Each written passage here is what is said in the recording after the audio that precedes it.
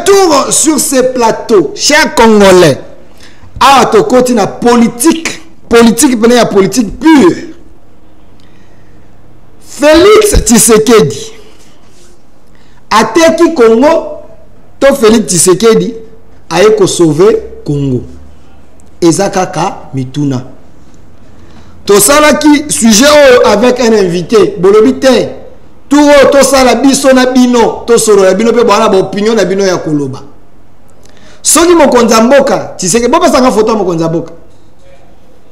Soki ateki Congo, to aye ko sauver de Congo. Nana posa bino bo répondre. Nazana posa bo répondre bande konanga ba Congolais. Aujourd'hui, le Congo, il y a un peuple, il y a une tribu, Oyo bazali ko se victimiser. Nazo na appel ande ko moko na mona benga na epto so. Allô? Allô, bonjour. Bonjour ndeko bengi biso bibolo biboni. Na benga parti ya mwanga fule na zolo baboy. Ye madame ministre ya enseignement. Avant zo décision oui. Tout le monde a bakota ka conseil des ministres. Koni na ko tuna mpe na ministre ya ba collègue na ministre chef de l'état pour la décision ya mwana soki azitemi na classe ki akata kutanga to continue wana. Alinga tout le monde na pas ba conseiller ba ninga na ina chef de l'état il faut avoir une décision yemoko annoncer ngo yemoko. Yo comme parent mona moza malamu to za mabe. Eza mabe mais yo moko mekana npe ko tuna dikambo na bana na monya eza mabe. Koni na ko ba kota ko conseil des ministres chaque fin du mois, Merci. Tout le monde a rapport. Merci. Merci, Papa Langai. Papa Lobi, Maman Raïssa, revoir en décision. Ezali mabe. Moi, na soga kotanga, soga zuizemi. Il faut sentir rigueur. Pe aye te loka sel ezali mabe. Avandi. Comme ça, moni baninga musuba ko continuer. C'est aussi une manière ya côté aye. Soki aboti, tango bakosongi sa classe aye bakobanga. Parce que bana mibali ya lelo omoni mwana ke classe ache mo taibas abeti bo bendi mo suki na muninga na mwasi soki ba yebeleke soki ba chanizeni classe ko kata na ngote.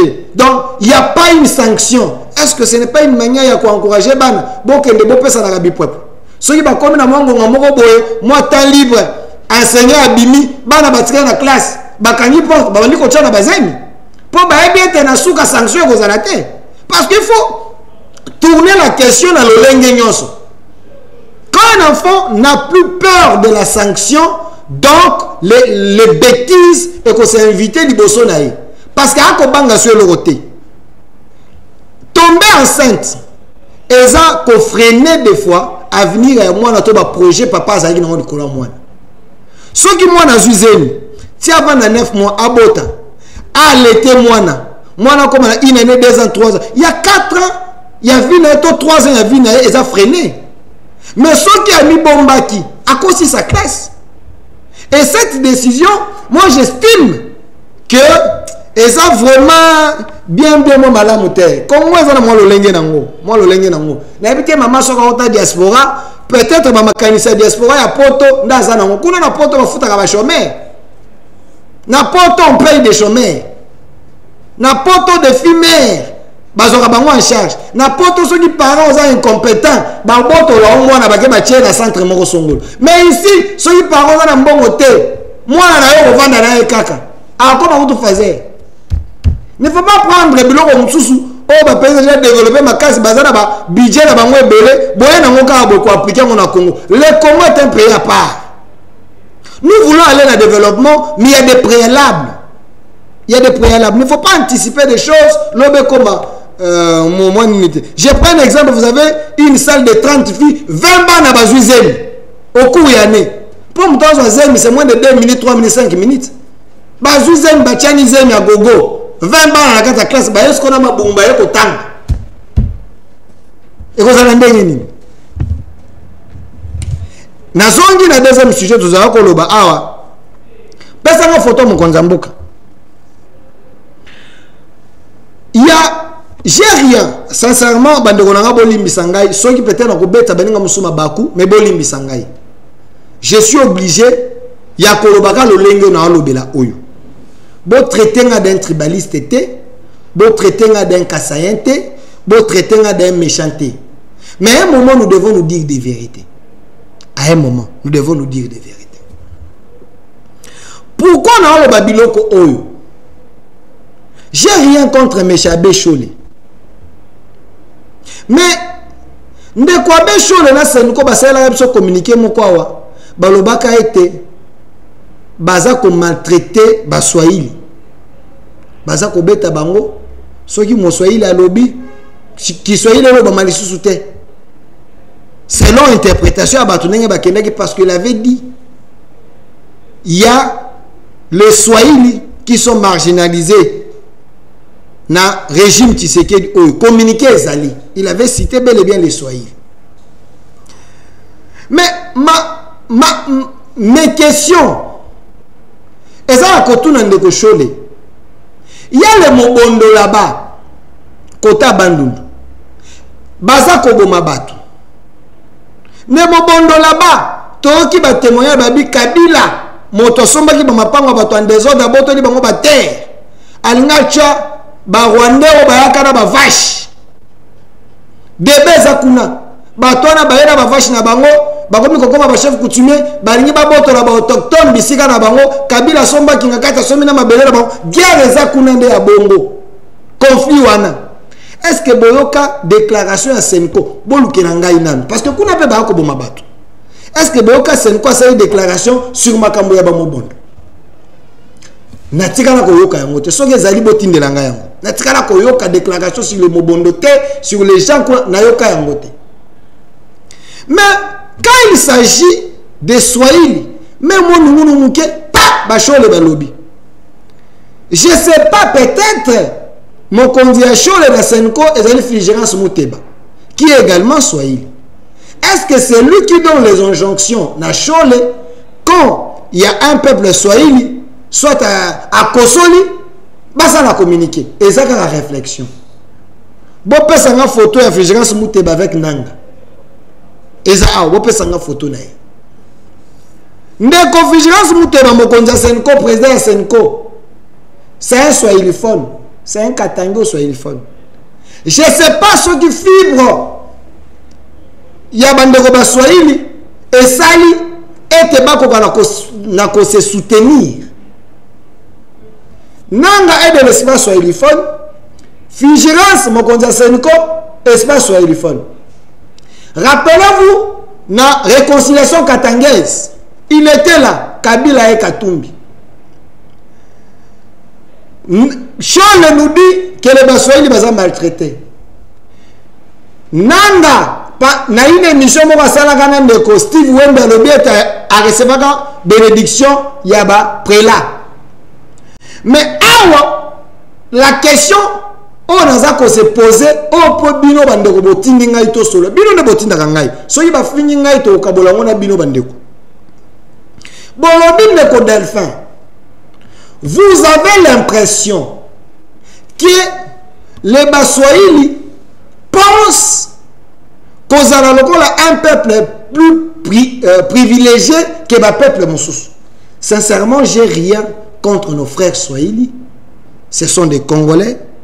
Balouba babalana ba Swahili, Baswahili babalana bangwandi, bangwandi babalana ba Congo. Mais ici, on analyse froidement. Et mes téléphones ekofongwama bande koto okana ko solola.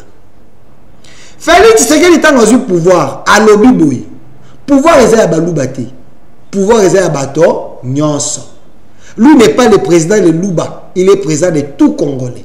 La preuve année, les chefs de l'État n'étaient pas seulement votés par les Balouba. Sans que l'élection soit pour Balouba va voter à l'Ingazoité. Parce que Balouba a 2 provinces ou 3 provinces, espace Kankasai. Donc, le Congo Moussoussouana, il a été voté par les Bangala, par tout le monde, par les Bakongo. D'ailleurs, les Bakongo ont voté Makassi. Pour dire qu'il ne peut pas être un président de Louba. Il est le président des Congolais. Mais, comment expliquer certains frères Swahili filtrés, Baza Kotamboussa, dans les réseaux sociaux, campagne moko que Tshisekedi a tekimboka. Tshisekedi a sauvé le Congo, Tshisekedi a vendu le Congo. Tshisekedi a privatisé le Congo. Bangonde bazoya ko sauver Congo. Bazoya ko libérer Congo. C'est un discours entretenu par l'espace swahiliphone. Nanga l'a dit que baza ba libérateur. Monsieur Bissimo l'a dit que baza ba libérateur. Chole aloba yango yora encourager à côté lema ceux qui bossent l'élection oyo na lolenge oyo. Figurance Muteba mokonza Seniko ake ko pambola Chole bandeko balobe a pambole po etabo baba congolais. Mais tozonga na histoire entre le peuple congolais Swahili et le peuple congolais Batribi Moussous. Quel est le peuple qui a plus trahi le Congo? C'est vrai, na Batribi nyonso bamabe ezali. Il y a les bons, il y a aussi les mauvais. Chez les Louba, il y a des traîtres, il y a aussi des bons. Parmi les Louba, je prends Ndeko Oyonani, Papa Assigna qui a encore il y a M23, c'est un Louba, Raymond Chibanda. Moi, je le considère comme un traître de la République. Parce qu'un Congolais conscient ne pouvait pas aller signer l'accord au M23 Congolais. Accord et depuis qui va Congolais paie ses avantages là-bas Rwandais. Un Congolais conscient ne pouvait pas signer cet accord. Donc, pour moi, dans l'histoire du côté Louba, Raymond Chibanda, c'est un traître.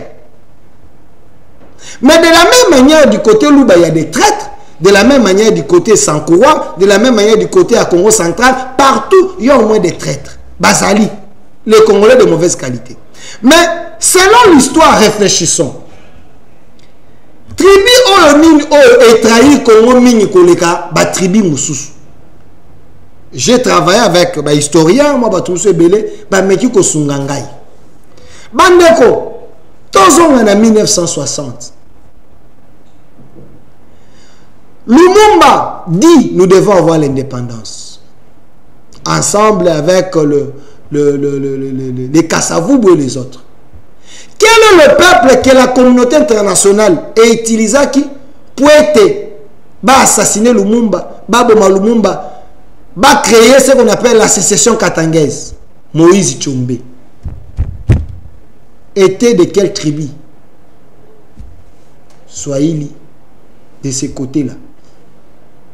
Pourquoi, selon l'histoire, plus les Swahili, basaka porte d'entrée ou les Katangais pour trahir les Congos et les Congolais? Selon l'histoire, Lumumba et les autres, bakenda ki koboma bango na province nini, n'espace nini. J'ai rien contre nos frères là, mais tout ça qu'on a dans l'histoire. Poto comme lelo. Bango balobi les Swahili balobi Tshisekedi ateki mboka. Mais réfléchissons, selon l'histoire, banane o batrahi Congo plus qu'on les kabatribi Moussous. Et notre héros a été tué où? La province est belé. À l'époque, il y avait 6 provinces. Tu vois comme on a 11, tu vois comme on a... Mais à l'époque, dans 6 provinces, ils ont choisi les Katanga pour aller tuer notre héros. Babomie, Batienessi, Bakati et d'autres compatriotes. Mais Lumumba était sans croix. Il s'est levé pour libérer le Congo. Mais on a utilisé un peuple faible, un peuple traître pour trahir notre héros. N'est-ce pas? Katanga, espace swahiliphone. Tu as évolué dans l'histoire. Tu as cette histoire, mon dame. Mobutu, pour être affaiblir le combat de Tien Tshisekedi, pour être affaiblir le poumon économique au Grand Katanga. Pourquoi? Parce qu'il y avait le Louba qui travaillait là-bas. Il a utilisé un Katangais pour commettre des drames contre le Louba qui était là-bas. Moi, Delphin, je suis victime. À l'époque, on nous disait les Balouba Biloulou, Moubele Banyumba Enu Mwende Nayo Kweni, Katanga Niyetu, Tchumwaku Mwanza. On a tué des Louba. On a tué des Luba. Katanga toujours. Mais les Baluba étaient au Katanga, étaient au Bas-Congo, étaient partout. Les Baluba, baza partout. De la même manière, dans la province, nous sommes tribu, nous sommes au Sangan. Mais pourquoi drame wane seulement na Katanga?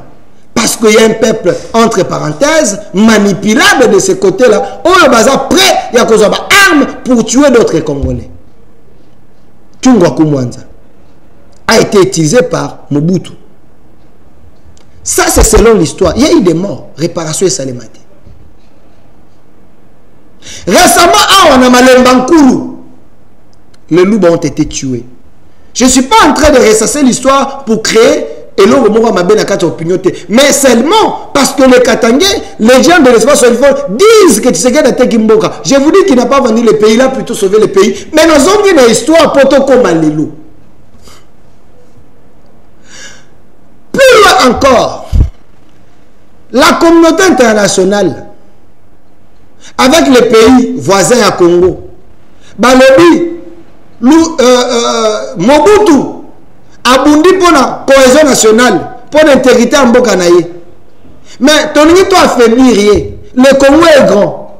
Mais ils ont trouvé quel peuple pour amener cette révolution et chasser Mobutu au pouvoir. Baké pour recruter une fois de plus un Katangé, Mouzé Laurent Désiré Kabila, pour être dans le groupe, amener la révolution Tina Kishasa. Mais Kabila n'était pas seul, il était avec Ngandou Kishasa, qui est un sans-courant. Dans quatre parcours, Ngandou a compris que ces gens, Bazakoya pour te libérer Congo, Bazakoya pour s'approprier bien à Congo. Quand il s'est révolté pour dire c'était pas notre entente, Babomie, Nanzela. Mais un traître qui a accepté que Congo batte Kayango, Rwandais va minérer avec les Ougandais, Nakoya na Bango, Ndeko Kabila a accepté cette révolution de venir avec ces gens jusqu'à Kinshasa. Il est de quelle tribu? Ce n'est pas un Luba, ce n'est pas un Songé, ce n'est pas un Mungala, ce n'est pas un Mukongo, un Katangé. Dans l'histoire, il a amené cette révolution pour chasser Mobutu au pouvoir, à Benyango libération. Mais lui-même a compris que ce n'était plus la libération et comment dire occupation. Quelle est la porte que le Rwanda a utilisé à la communauté internationale? Toujours les Baswahili, toujours les Katangais. Pour détruire le Congo. Pourquoi il s'est cotangi, ça m'a killé à Congolais. Toujours les Katangais, Bazaki Liboso, à la tête. Mouzé, à un moment, il a compris que non, j'ai trahi le Congo. Voilà pourquoi il a eu son testament. N'a jamais trahi le Congo. Quand un papa laisse un testament, avec tout son cœur, Moussa va Koufa a tiré son testament, slogan Tokanga Mouzé, n'a jamais trahi le Congo. Parce qu'en lui, il avait compris que décision en réalité j'ai trahi le Congo parce que j'ai amené avec moi dans bagage des Rwandais, des Ougandais, des gens qui ont encore infiltré mon pays et il les a demandé à courage à Bengani Bangwabi Bobi Manambo Bozonga. Ces Rwandais sont venus chez nous, Bamoni ba richesse Baboy Kozonga. Il a commencé la lutte Yako Bengana Bango, mais c'était tard parce que la trahison est déjà commise. Il avait déjà trahi. S'il avait refusé à Koyana Bango, Balinga va légaliser l'île na Bango avec un Congolais à la tête. Mais tant que en réalité, ce n'est pas Mouzé qui devait être président de la République. Il s'est rattrapé en étant là-bas dans le Lubumbashi à se autoproclamer, mais ce n'était pas dans le programme. Alobi n'est jamais trahi le Congo. Ce testament, ça prouve qu'en lui, vraiment Rezalaki, que j'ai trahi mon pays. Une fois de plus, un Katangé. Mais, Kabila tué par les gens à Kinabango, parce qu'ils voulaient défendre en réalité le Congo. Après, le Congo faisait là-bas Congolais. Les résultats de la trahison, celui qui a trahi, trahira. Entre parenthèses, son fils, Joseph Kabila Kabang, que plusieurs personnes doutent qu'il est le fils de Laurent Désiré Kabila. Lui aussi vient pour dire que je vais continuer le combat de mon père. Si Kabila, le fils ici, était réellement le fils de Laurent Désiré Kabila, devait continuer le combat de son père, Oyalobaki n'a jamais trahi le Congo. Barwandais bazonga na mboka na bango. Le Congo au Congolais. Mais, chers Congolais, quand Kabila le fils vient au pays, a connu président, la première personne qui l'a arrêté, Edi Kapen, qui est un Katangé, un vrai Katangé, a Kangié, a tué la prison. 20 ans de prison avec son groupe. Kabila au pouvoir, le fils, si réellement il était le fils, il devait suivre les pas de son père. Botangelanga Lelo, quel est l'ami de Laurent Désiré Kabila qui existe encore aujourd'hui? Même parti à Papa Naé, celui PRP et Koufa, parce qu'il ne voulait pas continuer dans la vision, il y a Papa Naé, ceux qui ont réellement Papa Naé. Laurent Désiré Kabila a tika projet et service national. Kabila n'a jamais continué, le fils, projet et service national. Il a créé Bukangalo de détournement à 1 million. C'est Tshisekedi qui est venu causer sa service national, la vision et musée. Il y a Laurent Désiré Kabila. Kabila vient, le fils, Laurent, le père, a Bengana qui va Rwandais, a Zongi Sebonge Panabango. Kabila vient à renouer confiance avec des Rwandais, des Nyarugabo et consorts. Ils sont revenus dans les institutions. Kabila, le fils, a Zongi ici. Les Rwandais, Bako dirigeant armée Nabiso, Bosco Tanganda. Les Kundabatouari, ils étaient dans notre armée. Sourenyanen, il y a fils, entre parenthèses, fils à Laurent Désiré Kabila. Est-ce qu'il était son fils ou il était réellement un Rwandais à la tête du pays à Congo pour accomplir la vision il y a Kagame, toi à Rwanda? Ce n'est que des questions qu'on se pose. Il faut de plus un Swahili. Entre parenthèses, Swahili sur papier. Mais tant Kabila, le fils, a bandi Kosala Biloko Azosala, les vrais Katangais ont compris que celui-ci, il n'est pas des nôtres. Il a trouvé les Katanga avec Jekamine. Oh, le monopole, il y a cuivre, ainsi de suite. Ah, vous avez côté que Jekamine. Il a privatisé en haut, pandi en haut. Alors, tout le monde a connu côté que minéré, il y a Katanga. A créé ma société à Mike, a bomi Jekamine. Minéré, il y a Katanga, on a profité na Katanga, na Congo, et comme on profite dans les pays voisins. Chaque jour, on mis tout ça, comme Zambie, Tanzanie, Rwanda, Banane, tout ça au détriment de Katanga et les Katangais. À l'époque, Katanga, j'étais encore enfant, les Katanga étaient propres. Mais sous Kabila qui se dit Katangais, les Katanga, ils ont détruit un vrai village. Jekamine par terre. Il avait des parts dans la société qui a créé qui y a Jekamine, Kabila, le fils, entre parenthèses. Qui a tué le Congo? Qui a vendu le Congo? Kabila ou Tshisekedi?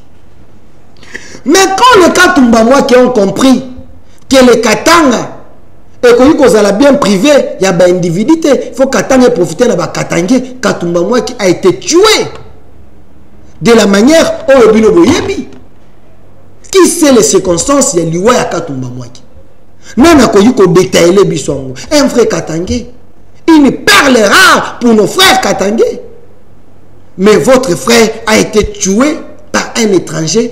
Personne n'a jamais haussé les tons pour dire Katumba Mwaki, nous les réclamons un procès. Il y a Katumba Mwaki. Il fallait ouvrir les enquêtes. On a masqué sa mort. Les Katangais conscients, mais quand Babatungo a compris que Tshisekedi est venu, mais il est temps de sa histoire. Tobongisa, vie à Congolais. Congolais bazala malamu.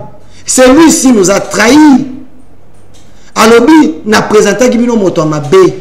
Il y a malamu. Eza Tshisekedi. On a présenté Kibino Zaka Congolais te, Azalaka Katangé te. Il n'était pas le nôtre. Papa Tunga a humilité à Koufi. Une fois de plus, chers Congolais, Ngoï Moukena a dit, celui-ci n'est pas le nôtre. On l'a façonné. To PC identité ba Katangé. Akoufi a humilité. Mais aujourd'hui, c'est les Katangais. Ne bazoya kolobaete, baye ko libérer Congo. Banani oyo bazwa ki Congo ba tchena maboko ya ba occupant na maboko ya ba Rwandais na maboko ya ba étranger. Ce n'est pas les Katangais. Est-ce que dans cette histoire, Boyoke Mungala, Boyoke Sankoura, Boyoke Kassaye, Boyoke non, c'est toujours ma tête d'affiche, c'est les Katangais. J'ai rien contre eux. Il y a des Katangais de valeur, il y a aussi des Katangais de mauvaise qualité. Aujourd'hui, tu sais que le pouvoir, l'objet, pesa qui est Mboka par accord, par Mikanda, oui, il ne pouvait pas peut-être prendre Mboka Oyo na chemin à démocratie. Si l'hypothèse il fallait récupérer le Congo dans le Lengewana. Parce qu'en face de lui, il y avait des soldats. Il a récupéré le Congo. Maintenant, on récupère, alors je vais remettre les Congolais, le Congo entre les mains des Congolais. Les sauveurs, Tshisekedi. Na maboulou à moto, na ba contrainte, na makamonyo so Tshisekedi prend des risques pour libérer le Congo. Mais il n'y a que des Katangais de mauvaise qualité qu'on a encore recrutés. Kabila recrute encore ses frères. Kagame recrute encore des Katangais. Pour que Bakoka Nako recommencer la guerre, tuer des Congolais pour venir récupérer le pouvoir. Au moment que Kabila na Saint-City, il avait Bakomaki Bamikana sous pouvoir par la guerre. Lui-même, il n'a pas respecté cela. On prend Bissimo, on prend Nanga, toujours de l'espace soiliphone. Kabila lui-même, le patron, Yanan. On prend cette guerre, légalisant, lobi baza libérateur, libérer Congo. Bandi banda Bunagana, prendre les richesses du Congo. Babandi Koya, tuer des Congolais. Bukavu, Goma. Et Boyokaki, c'est toujours au Katanga, chanson et bimi. Nanga, notre frère, nous vous attendons pour libérer Congo. Mais Bande Konangai, qu'on ne se trompe pas. Est-ce Nanga? Il est vraiment le libérateur. Est-ce que derrière Nanga, il y a des Congolais? Les vrais Congolais, je pose des questions. Est-ce que derrière Nanga, est-ce que est-ce que vous ne voyez pas que derrière Nanga, il n'y a que le Rwanda et des Congolais de mauvaise qualité sous-traités pour venir détruire et tuer encore les Congolais? Tshisekedi dit non. Je vais trouver la paix durable pour mes frères de l'Est. Lui qui n'est pas de l'Est, mais il est Congolais. La situation de l'Est les concerne. Il a dit, mes frères de l'Est, mes frères de Bukavu, de Goma et de Katanga doivent trouver la paix. Tshisekedi, les minéraux de Katanga et de l'espace Katangé Kuna, ils ont bénéficié, même dans l'autochtone, il les a donné une loi que vous pouvez vous regrouper na katia coopérative comme il y a des minéraux partout, quelque chose. Parce qu'il y avait que les entreprises qui pouvaient vendre. Sous Kabila 18 ans, aucun Katangé, même si minéraux dans ce mandat qu'on est, à cause de qui était au Kangaï. Il y a un monopole, il fallait retracer. Pas les Katangé. Mais on dit que Tshisekedi a vendu le Congo à ces tribalistes. Mes chers Congolais, réfléchissons froidement. Tshisekedi que vous voyez ici, Assemblée nationale, c'est entre les mains. Auparavant, Zaki Mbosso, qui n'est pas Louba. Présentement, c'est Vital Kamerhe, qui est de l'espace soiliphone. Sénat, entre les mains de Sama, Katanga, espace soiliphone. Bozui, chef d'état-major, qui n'est pas Louba. Celui qui était aventureux, Naoyakomi, qui n'est pas Louba. Ensuite, sécuritaire Mokonzamboka. Mon garde républicain, espace soiliphone. Baton Nyonso, baza chef à ma groupe. Oh, il y a sécurité à Mokonzamboka, toujours de l'espace soiliphone, pas un Louba.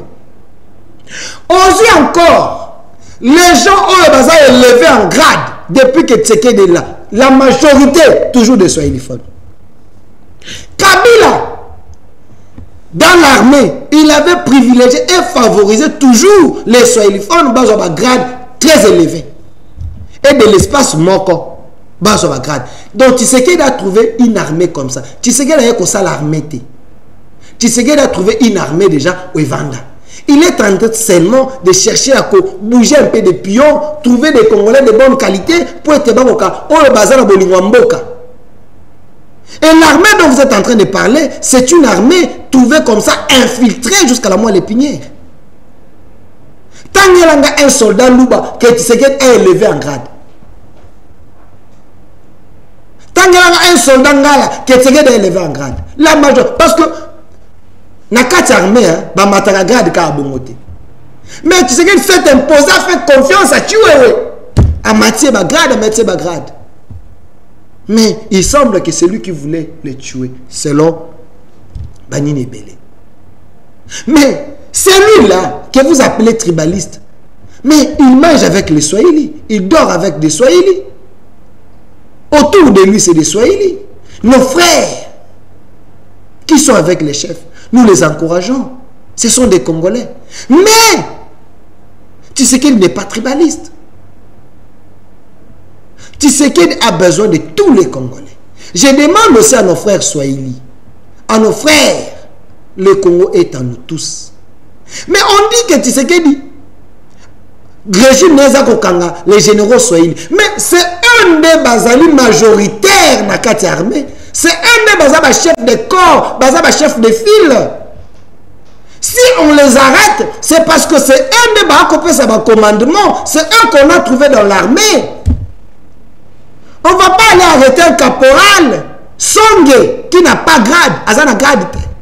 Mais c'est lui qu'on arrête, c'est celui qui donne les ordres, bien de Bakoutier d'armée. Ceux qui bangonde, Bazaï n'a complot comme ma chef. Bazaï n'a complot pour détruire chef. Bazaï n'a complot, il y a Kozong qui s'en a fait, il y a Swahili. Vous voulez qu'on ne les arrête pas? Bazaï faut-il pas qu'on a bangoté? Oh, mes frères, on parle de quoi? Parce que les crimes, oh, les Swahili, ils commettre au nom de la nation Batika Onkaka. Il y a les audios, il y a des vidéos, il y a des preuves que celui-là qui voulait te tuer, c'est un Swahili. Parce que c'est un Swahili, on doit avoir peur. Non, l'État doit fonctionner. L'État doit fonctionner. Je vous ai retracé un peu l'histoire. Cela ne veut pas dire que la tribu ne traite basate. Mais la portion, la dimension, grandeur, il y a trahison. Mingi, c'est avec nos frères Swahili. Aujourd'hui encore, c'est eux qui basent à la tête, il y a révolution. Est-ce que les Bangala va fisrer? Les Bakongo va fisrer? Les Bayombe va fisrer? Batabandu va fisrer? Pourquoi Bango va armé? Ils sont moins congolais que les Swahili. Non. On ne peut pas justifier frustration en prenant les armes et en tuant des Congolais. Vous pensez qu'il y a des tribus, si vous prenez les Ngala, vous prenez les Tétés là, ils sont virulents. Mais, au nom de la patrie, au nom de la nation, Baza na racine, il y a trahison, ils ne veulent pas trahir le Congo. Le Congo est notre bien commun. On ne peut pas tuer Bande Konayo parce que tu n'aimes pas la personne. Tu sais qu'il finira par partir. L'autre viendra. Mais bateau bomi bagozo ngate. Bateau bomi bagozo ngate. Tu sais que le boba ateki Congo, ateki monanini. Aujourd'hui, le monde parle de nous. L'accord de paix est signé aux États-Unis, les grands pays. Il y a un monde, grande puissance, signé là-bas. Et on a présenté la situation à RDC sur le plan mondial. Kagame, on sait que c'est lui qui était derrière tous ces gens-là pour nous tuer. Et qui c'est qu'il veut libérer le Congo sur le plan international, sur le plan continental et sur le plan interne. Quel mal qu'il a fait. Pour ça qu'on dénonce comme Baba Congolais dans l'Est. Alors, à Kosolana, à Pantente, à Kosolana, mon continent bango. Tant à Solana, mon continent bango, maintenant avec des pantins, vous devez subir la rigueur. Et les lois et les décisions qu'on a prises avec votre autorité. Nous, on va continuer parce qu'il y a déjà des recommandations, il y a des positions fermes prises dans ce sens-là pour être guerre ici. Nous devons sauver le Congo avec Fachi avec Tshisekedi. C'est un sauveur, ce n'est pas un vendeur. C'est un sauveur, il y a Congo. Le Congo est à nous. Le Congo, on ne va pas monnayer le Congo. Ton côté qu'à Congo, souvent avec Arobase Mukuna ici, qui est le patron de la communication plus, il dit Delphin, les gens vont écrire des livres après Tshisekedi. C'est un sauveur. Tu vas comprendre. Mais nous les comprenons. Mais tu vas comprendre Tshisekedi plus tard, en retard. Mais c'est un visionnaire. Il va le Congo en grand. Les minéraux dont on parle, plainte contre la famille Tshisekedi, oh non, les minéraux Katanga et Komia, faux et faux. Faux et archi faux. Aujourd'hui, les Katanga, les aéroports là-bas, Soufifi Masuka, Moïse Katumbi Atika Nini. Kabila Atika Nini na Katanga. Les Katangais, vous allez appeler Batika Nini. C'est sous Kabila aujourd'hui. Vous avez, sous Tshisekedi d'aujourd'hui, vous avez les aéroports. Sous Tshisekedi d'aujourd'hui, les Katangais ont rayonné. Sous Tshisekedi d'aujourd'hui, les Katangais ont comme une valeur. J'ai parlé d'Arobase Mukuna, l'un des fils de Tchène Tshisekedi. Le petit Fachi dont on parle. Déjà communication plus. Quand je les reçois ici, il dit Delphin. Les Congolais, bah on comprend l'été. Les sauveurs du Congo, ils ont fait Tshisekedi. Bah tu vas comprendre Fachi. Mais bien sûr, tu vas voir Fachi, tu vas bien comment il agit. Il sauve le Congo. Aujourd'hui, les gens vont comprendre en retard. J'ai dit merci Narobaz Mukuna, les déjà communication plus, un visionnaire. L'homme qui est en train d'aider la jeunesse. Merci à vous, mon DG. Mais, Tshisekedi n'a pas vendu le Congo. Kabila, article 43 de la Constitution, et c'est là le roi. Maquiller encore la Constitution. Mais qui l'application, c'est Tshisekedi qui applique ça avec la gratuité. Tshisekedi applique la gratuité de la maternité. Donc il robot félé. Tshisekedi a coupé Zando salité pendant 18 ans. Mais sous Tshisekedi, malgré malgré Covid, mais vous avez Zando Lelo construit. Marché à monnaie, batongia, kaka bisika oyezaki salité wana, mais quel bijou! Et bimi kaka na bisika au monnaie qui a salité wana. Qui a fait ça? C'est Tshisekedi. C'est celui que vous dites qu'il a vendu le Congo. Regardez Zando Nenge Komi. Tshisekedi, c'est lui qui a pensé, qui a dit non, Congolais côté kanaba condition à boité. Ake a placé Pierre à Liboso. Aujourd'hui, bientôt on va inaugurer Zando. Zando comme un bijou. C'est sous Tshisekedi. Regardez. Zando ya lelo ekomi boye. Batongi, boye, Zando. Mais de quoi on parle? Est-ce que c'est Katangé? Baza conscient qu'on veut Tshisekedi à Tekimboka. Tshisekedi a kuti Mama Emo. Mama Emo. Baza kobenga, oui, un musicien qui a chanté ici. Abenyango Pharmapoche, c'est ça non? Pharmapoche. Abenyango Pharmapoche. Pharmapoche Karmapa. Abenyango maison hanté. Mama Emo. Ou ebota ba konzebele. Ezaki Mama Emo. Bana couveuse. Couveuse kei bana ba kouf enga imboka. Oh, ça c'est sous Kabila. Bana ba botani bana couveuse. Couveuse kei na Mama Emo. Bana ba koufa. Moto aka kopela et comme boza ko faire souffrir ba congolais pour ceux qui ba congolais ba koufi ba leli maman Olive tele episode du Cambo boyebi so wana maman Olive tele episode du Cambo ndazu ka mbongo ba congolais asombe bino groupe ya momo ke ya che pour bino bo souffrir bo benga bango. Mais aujourd'hui, est-ce qu'on dit maman Denise tele episode du Cambo? Non, c'est l'État qui agit, pas les individus.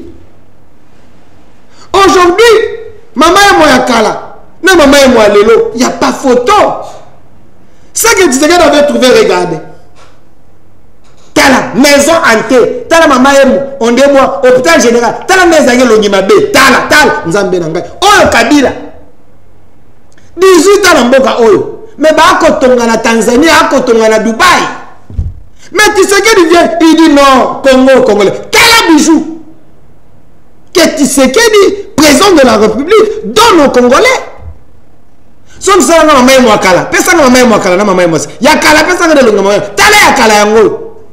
Ya kala yango. Mais pesa na siko ya sika. Pesa na ya sika. Pesa na ya sika. Ba Congolais ba monde. Regardez. C'est celui que vous dites qu'il a vendu le Congo. Bon, sonité. Ça, c'est Tshisekedi. Il n'est pas Dieu. Mais on a salé malam et le courage de dire qu'Assali malam. Tout le monde a personne n'a peine. Personne n'a l'université. Kabila pendant 18 ans. Il y a des valeurs, il y a classe, des valeurs étudiantes. Il y a Moko pendant 18 ans. Alors, à quel temps que vous visite à l'université Moroté? Ni qu'on visite mes étudiants. Kabila a trouvé les Congolais sous Mobutu.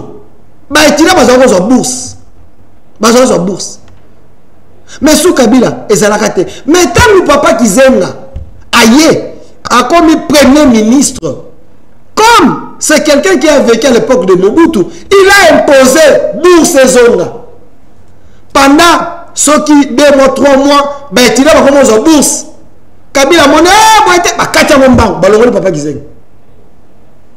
Regardez un peu. C'est sous Kizenga, face à impulsion, il a imposé que il a bourse. Mais Kabila a fait un peu mais il paie au rectorat. Moi j'ai étudié ici, na UPEN. De 2010 en 2015, na 6 licences nanga. Au rectorat, tant d'autres enfants, il peine. Et ça a salité. Salité à salité. Université. Oh, sous Kabila. Mais personne n'a peine. Regardez. Oh, tu sais qu'elle dit. Oh, voilà comment on a. Et Photoshop, c'est une réalité palpable. Allez visiter. Attends, ça va monter ma bé. Mais où les un malade, moi. Ça, c'est Tshisekedi. Une réalité palpable. Bah, Congolais. Bon, bien, on peut tout dire. Mais le Congo reste au Congolais. Personne n'a photo à soda. Soda n'est pas là, c'est Kabila. Salité. Mais sous Tshisekedi, personne n'a tenu à soda et Sika. Au moins, on a une marche de centaines de soda. Soda va Nzambe Nangai. Sous Kabila et sous Tshisekedi. Les policiers vont là, tenu à Pasuka. Soda salité. Mais sous Tshisekedi. Regardez. Oh, le moins est un moka. Soda comme un soldat américain. Soda comme on dirait sa père. Parce que soda du monde, Sika, Tenia Sika, t'as la soda propre. Ça, c'est Tshisekedi. Parce qu'il faut donner le goût même dans la soda ou dans la musala. Sous Tshisekedi. Bondi, Mouteme Yobi Mangai. Sous Tshisekedi. Armée comme une loi de programmation militaire. Loi de programmation. Mbongo budget Vanda. Soldats sous Kabila. Son mais à combien? Moins de $100. Moins de $100. Mais les lots sous Tshisekedi. Soldats au Yazali Awa. Azana na fronte à cause équivalent de $300. Ce qui veut dire dans les 700 et quelques. Ça dépend, hein, grade, équivalent de 300. Double, taux triple. Mais on a en front $500. Mais sous Kabila, on a 100. Sous Tshisekedi, bon, peut ça l'hôpital à Kanchach. Kanchach, tu vois, bon, on a un camp militaire. Ben, école, au relevate. Et ça a un bain, pasuka, ma bain, nous on sortit la terre. Parce que l'idée à Kabila, c'était à décourager même la jeunesse. Bakoka bazana gouya kokota armée.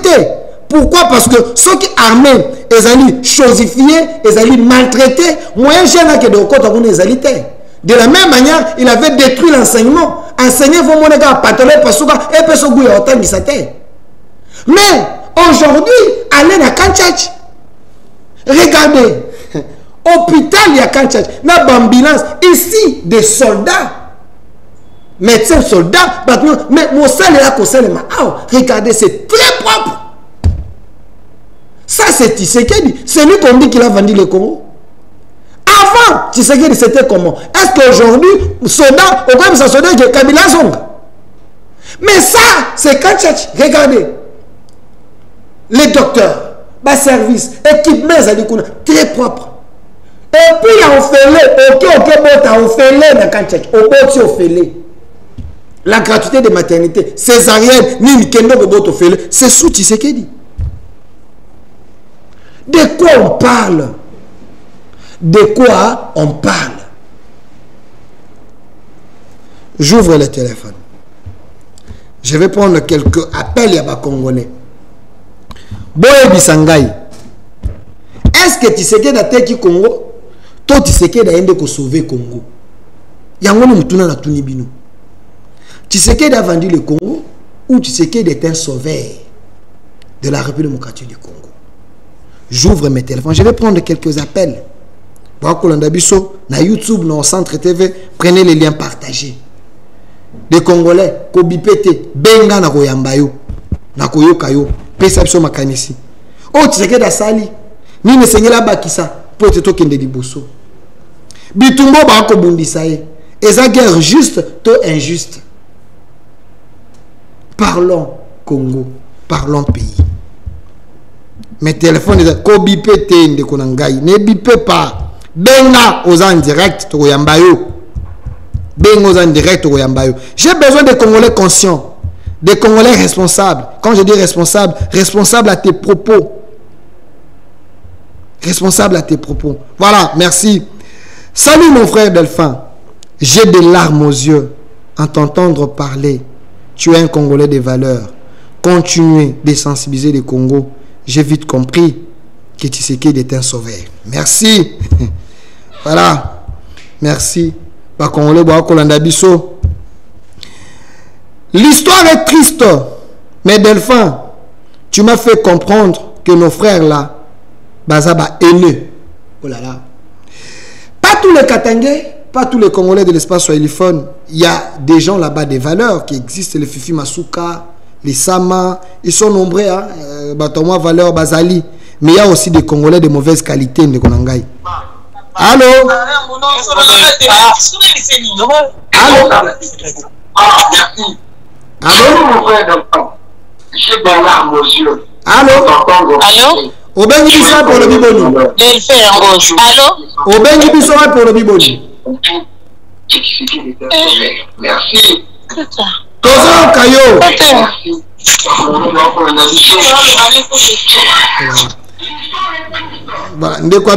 Il y a un problème. Bino bandeko bongo na biso na TV image zo ya na moi retard parce qu'on est en direct.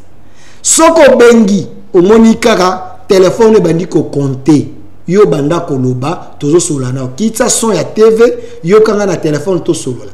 Après quelques minutes okomi mona ke conversation na yo leki na TV parce que toza en direct na TV image zo ya na moi retard. Soko bengi omonikaka e bandi ko compter ce que na yambi yo banda koloba. Allô? Allô Debo?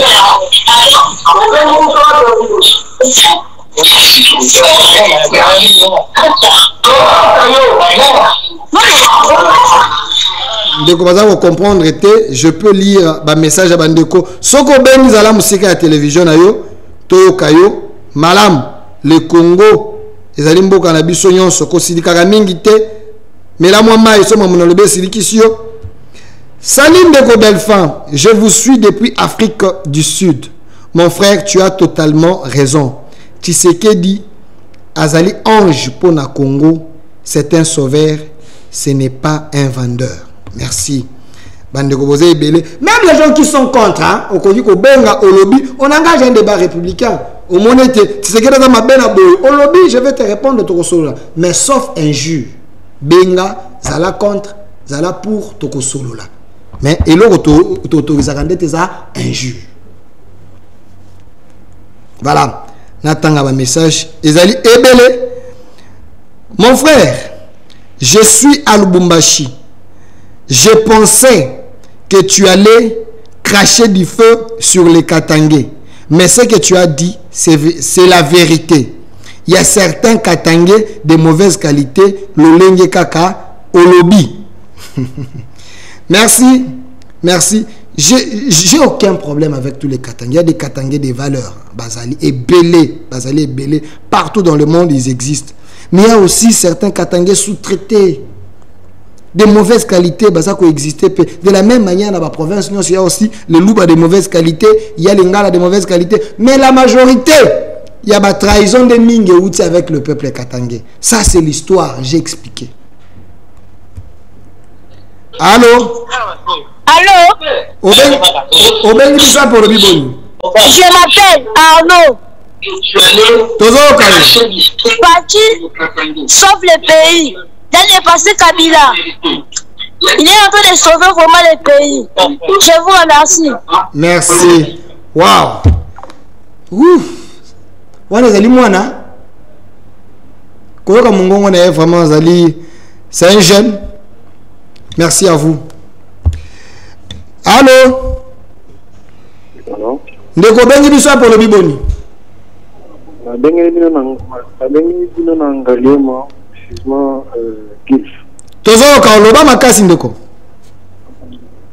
suis prêt complètement à Gilf. Oui, je suis peut-être sauveur. Normalement, c'était sauveur vraiment. Merci. Merci. Merci Ndeko Nangai. Soki pour Monica za sauveur te bisanga za sauveur te na nini toko solo la. Parce que bele pe ba Holanda yo. Makamuna lobi na kosi wapi. Makamuna lobi, est-ce que yon Congolais conscient qu'on peut comprendre te? Pourquoi ba ko bundisa ye?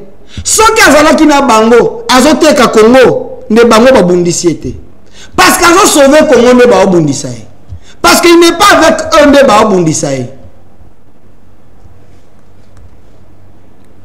Nous devons être responsables. À un moment, devant l'histoire, l'histoire est kotu na yo. Ekotu na yo. Na moment où contribution des akinines. Contribution des akinines. Qu'est-ce que vous pensez de bien? Il me reste comme 5 minutes. Hein? Pas de problème, chef. 5 minutes, je chute. Je vais prendre les appels 5 minutes. Dans la pense à Congolais de valeur. Pas de Congolais de mauvaise qualité, mais de Congolais de valeur. Tu sais qu'il y a des sauveurs ou tu sais qu'il y a des vendeurs à Congo. Sur base de Makambo son lobby, sur base de l'histoire, qu'est-ce que vous pensez? C'est que moi je vous demanderai, comme d'habitude, priez pour l'homme. Priez pour l'homme. Bato a la confiance car Bangonde ba ko trahir. Mais il n'a pas d'autres Congolais, il y a que les gens aza ko mona na misu, aza na misu molimote, a ko mona na misu. C'est que l'homme présente à mono a cause na malamu, asala na ye. Asala na ye.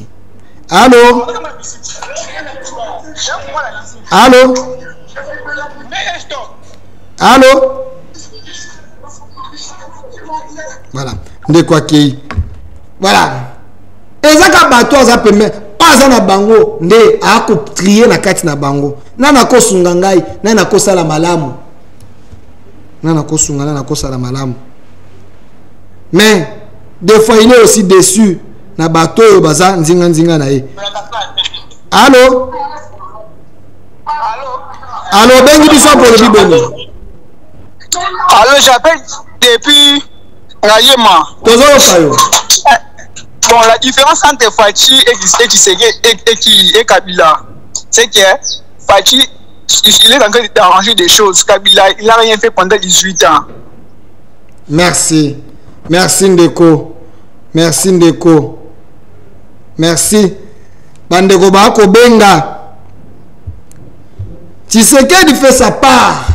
Celui qui viendra après lui fera aussi sa part. Mais par contre, Tshisekedi dans Osala, il est en train de sauver le Congo et sauver les Congolais. Mais par contre, Baninga Msuba Osala, Bazaye côté ka Congo et comme propriété à Batu, bien privé à Batu. Ndeko imagine en une vidéo dans le lobby, Kabila Zaki PCA de la République. Même s'il n'est pas président, il reste le PCA de la République. Il contrôle la République. Comment Mboka Oyo, Motomoko, à cause de la Congolais, nous sommes tous na kata liboke moko. Ndeko moko ya bisinga abi Delphin. Tozaki na Congo, sous Kabila, Tozaki ba sans papier, Tozaki ba étranger na mboka na biso moko. Comment na tune na ndenge ni habité? Comment Kabila a cru que j'ai pendant 18 ans, mais il n'a jamais eu l'initiative de couper cette carte d'identité. Tout simplement pour favoriser l'infiltration. Allô? Allô? Bonjour. Bonjour. Bonjour, Kayo. Bonjour. Bonjour, Kayo. Tout ça, volume à TV, notre Kayo. Papa. Oya kulobakona fati. Aza kusala ere. Oya fati aza kusala ere. Papa batu mwana mobali ana motema na ye. Tokukanisaka ye mokolo moko. Tokukanisaka papa wana mokolo moko. Papa wana asali loko moko oyo biso tomoni na miso. Soko tali nzela ya biso oyo bato tozala na nzela ya lutembele. Papa okoyoka somo okoyoka mawa. Siki ezalaki abandonné, rejeté. Soko tali nzela wana sili papa. Oyo kosepela. Okosepela. Oyo komona ke motema na ye. Nzamba bakisela ye oyo ezangi. Epesi ya mayele plus papa. Kote papa wana aza moko oyo azali na bolingo. Aza bakisela ye papa. Merci. Merci papa Nangaya Bendi Biso. Il y a aussi les routes. C'est vrai, nous sommes salamité, mais toi, Akosala. Chef Akosala, Akopé Saint-Picheux, ça les malembe. Parce que Kishasa, oh, Baya Pomba, Batonga qui peut partout, Batonga, les bisous, Bakotonga. Et comme la route secondaire, les alliés, monde va concentrer quand la route moyango, fongola banzela, la route secondaire pour désengorger ville, désengorger Kishasa pe Congo. Mais aucun pompage, il y a des routes, au Basali, au outil pompage, maman Ipen. Aucun kota ba Congo, il y a des routes, Bakosala, au Longo kuna Makasango, aéroport, tout ça, c'est Tshisekedi. Aya kuti contrat chinois basigna kao, mbongo zako ke na poche à bateau. Contrat va revoir en haut et c'est jusqu'au bassin la banzela. Mais tout ça c'est lui, c'est Tshisekedi. Allô? Allô? Allô? Ndeko bengi biso pour le biboni. Allô? Obengi biso pour le biboni. Nazana Massina, papa. Bonjour, monsieur le journaliste. Tozo Kayo. Ndeko Akie bengi biso na Massina. Il nous reste 2 minutes. Je vais prendre 2 appels. Il y a des Congolais conscients. Mais ça que je vous demande, prenez le temps de prier pour le président. Prenez le temps de prier pour le... Pourquoi je vous demande la prière? Parce que c'est un chrétien. C'est un humain. Il a l'humanisme en lui. C'est un Congolais, c'est un Quinois. Il connaît des réalités. À Salaba marche, à Tambola, à Réalité Quinois. Il ne se contente pas seulement de bureau de Fakitara. Quel est le président à quitter en Sombima qui n'a pas Kolia a eu souffrance paix. A eu Congolais de souffrir. Président qui n'a pas matanga ya Congolais. Congolais a koufi. A quel matanga qui est compatir na matanga ya Congolais. Batomsane ba koufi a quel matanga. A quel papesi cadeau. A quel papesi. A quel mariage. Babengi si akei. Boyebi maman na ye, boyebi papa na ye. Batu musu balobaka, président tokefunde pa ya mama, tokefunde pa ya maman. Président il a démocratisé le Congo. Congolais encore a critiqué les opposants ici sur qu'ils marchent librement. On ne tue pas les gens. Président Tshisekedi. C'est vrai. Moi, vu le cause là, na bateau baza mo égaré, bateau baza la rabexé à pouvoir, mais président de la République, il est congolais, il est compatissant, c'est un parent, c'est un papa. Une autre RDC est possible. Là, on m'appelle à Souka. Allô? Allô?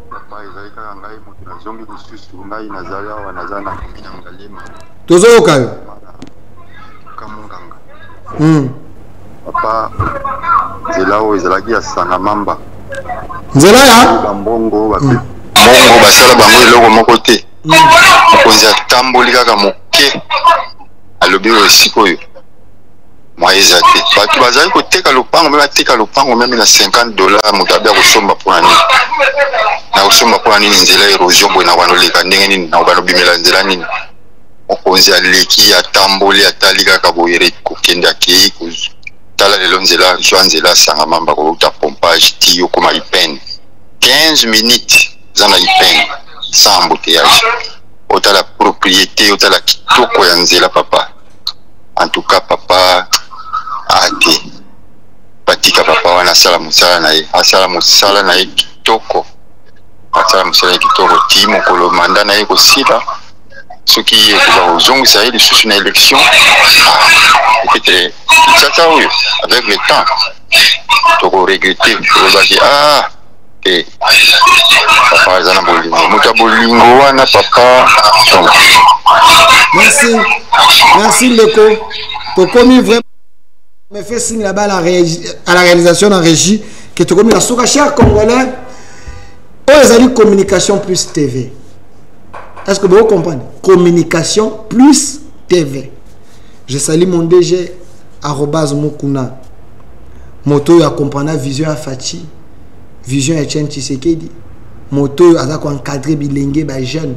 Ici dans la communication plus, il y a des jeunes qui ont travaillé, et ils sont mieux payés parce que le DG @mokuna fait sa part. Alors, cette émission c'est chaque jour ici la communication plus. Et ce qu'on raté biso na mokolo kende na YouTube au centre TV au côté na YouTube au s'abonner kuna to Delcast télévision s'abonner. Ce qu'on raté ka au Kolanda na YouTube au cheka mega Holandi. Botika pe ba commentaire, bo s'abonner de moi mini. Et vous allez bien. Merci à vous. Merci na Jacob.